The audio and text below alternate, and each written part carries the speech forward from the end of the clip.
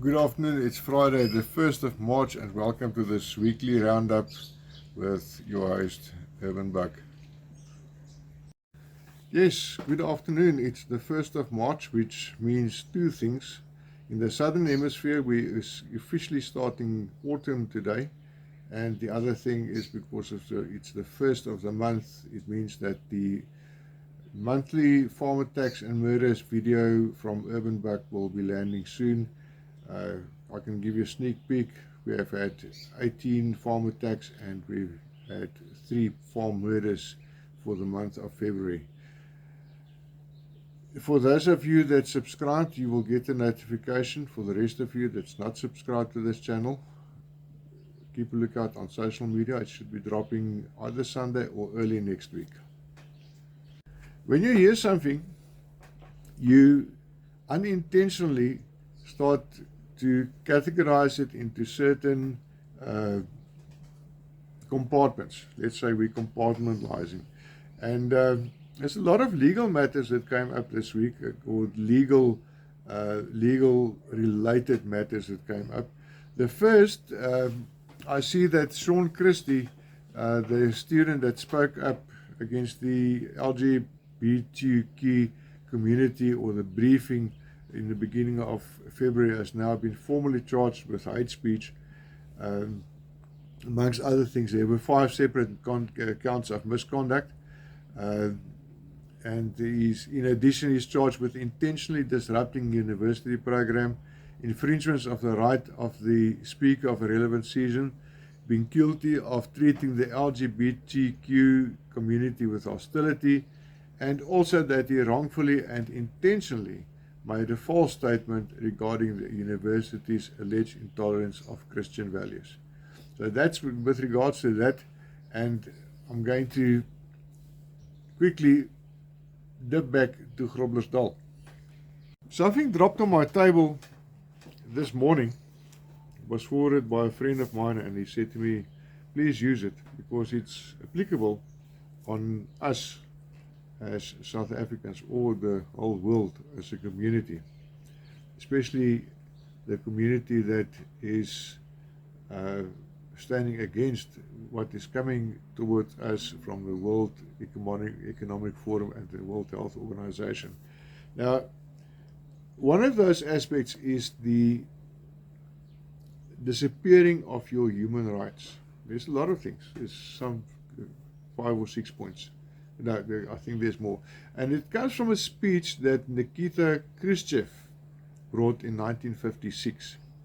Now, he was, for those who can remember that or that was exposed to that history, at that point he was the Russian president, and I think his Western counterpart was President Richard Nixon. That's if I have my history correct. Now, these things is going to be inflicted on us. But it's funny how that, I won't say it's a prediction. Maybe it's a prediction. Maybe it's a consolidation of, or a prediction of where the world is going to, and we see that each and every day. Now, with regards to the judicial system in South Africa, there's 2 things that I noted in the past few weeks. And in Groblersdal, the first thing that I noted that I can remember vividly was the prosecutor in the Groblersdal case with the Groblersdal 4 that stood up in the courtroom and he said on camera, I didn't know I had to prepare for this case. So it shows you how seriously the judicial panel is taking their careers or jobs that they did not even know that they had to prepare for a certain case. Now, the second thing that came up. Now, you will remember a couple of months ago, there were 2 ladies in the Free State province, that's the central province of South Africa.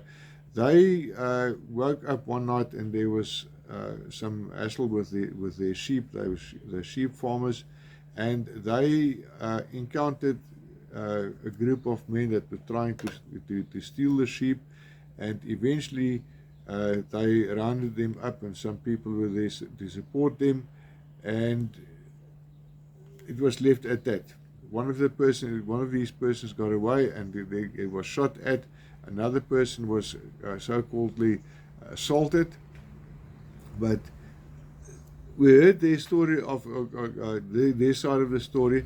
But what came next was the next morning there were 30 policemen on their lawn coming to arrest them, and they were charged with criminal injuria, assault, theft, attempted murder, defeating the ends of justice, and kidnapping. Now their case was supposed to be heard on the 28th of February, and when they got to the court, they forgot to put that case on the roll. So this is to give you an idea here in South Africa, the problems that we're sitting with in terms of the judiciary. There's a lot of farmer tax that's not even reported because the people are just not believing that there is going to be any assistance from the police or the judicial system. There's a very small arrest rate, and then also a very small, even smaller sentencing rate. I went through that in the video titled Onslaught Part 3, where I also quoted some of the facts that was given by Mail and Guardian during September last year. So you can go and have a look on my page, on my profile, on my channel. See if you can find Total Onslaught Against South Africa Part 3. And in that, you would get all these statistics in there. So in South Africa, it's a matter of, if anything should go wrong, who do you trust? You cannot approach the law, because the law is simply in certain areas, I must also add that the law is in certain areas simply not at the disposal of or at the assistance of the general public or the population of South Africa. Other areas, again, the police are shining. They are actually progressing. They are actually doing their work. But in most areas, there's a total absence. You'll see the sun is shining on the side of my face here. Because it's late afternoon here in South Africa. Then an interesting thing, and I'm going to refer back to another video of mine as well. Unfortunately, it's an Afrikaans video. The title of that comes down to The Force Amongst Us. Now, I mentioned there about squatter camps that's inside the city limits. It's not even on the outskirts. It's inside.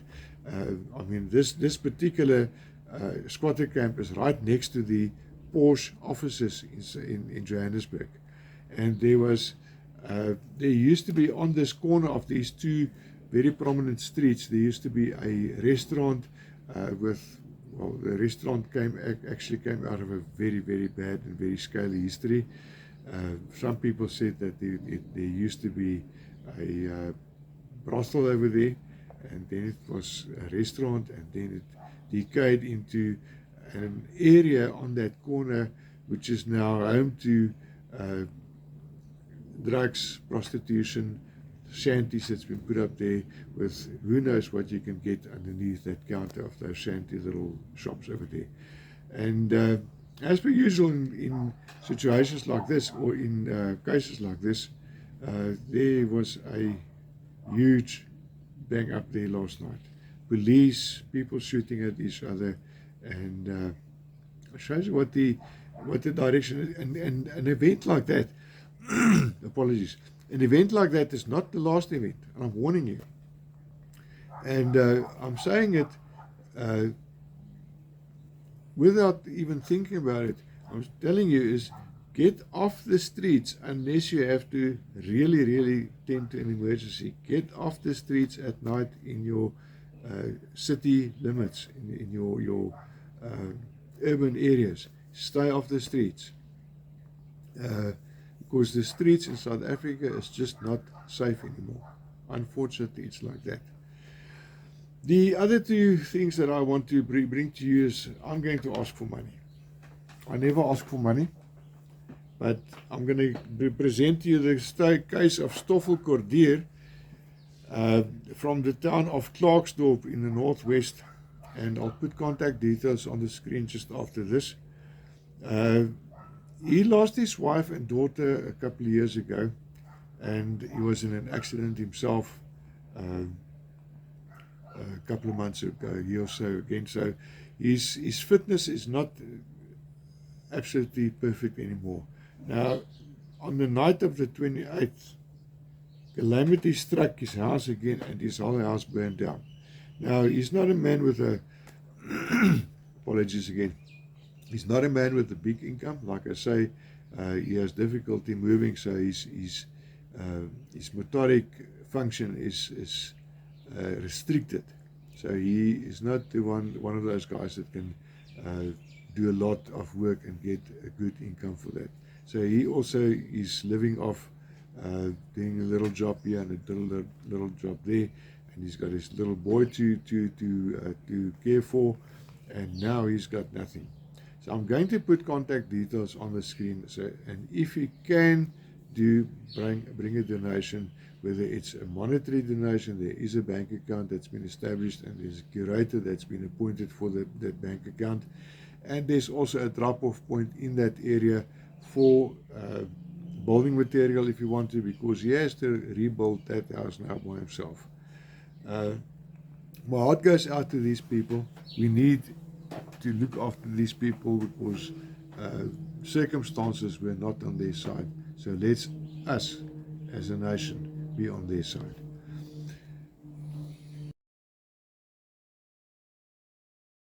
On the 24th, that was last Saturday, Fritz Smith and two of his friends were enjoying a few drinks at the Villa Martinelli in Klerksdorp, I think it is, and three perpetrators just entered and they started shooting. Now, one guy was hit in the leg, he's busy recovering. Fritz was wounded seriously, and a backup buddy has since been opened for him. So if you can anyhow make a contribution to that backup buddy, he doesn't have a medical aid. If you can make a contribution, please, we would really appreciate that. That's all from me. Like I said, there's a little sunlight shining on the side of my face. It's like I feel the sun is still warm, even though it's officially the beginning of autumn. Enjoy the weekend. I'm not sure what rugby is. I hear there's rugby on somewhere. I've lost track of that. But I also hear that it might be two teams that's perpetually in each other's hair. And while they're doing the proper thing on the field, there's a lot of, I don't know, bantering across the provincial boundaries between, and even within the provincial boundaries between the supporters of these two teams. So may the best team win. Enjoy your weekend. This is the only details that I have for the request for the backup buddy about the attack on Fritz Smith. Perhaps the best is to contact the Klerksdorp record and see if you can help and if you can get any details on that. And once again, in case you've missed it, you'll see in the white block here at the bottom, there's the contact details for Leonie, Jaco, or Suzanne. That's in the case of Stoffel Cordier, whose place burned down on the 28th of February. Please, if you can help, we would really appreciate that. Thank you very much, and enjoy the weekend.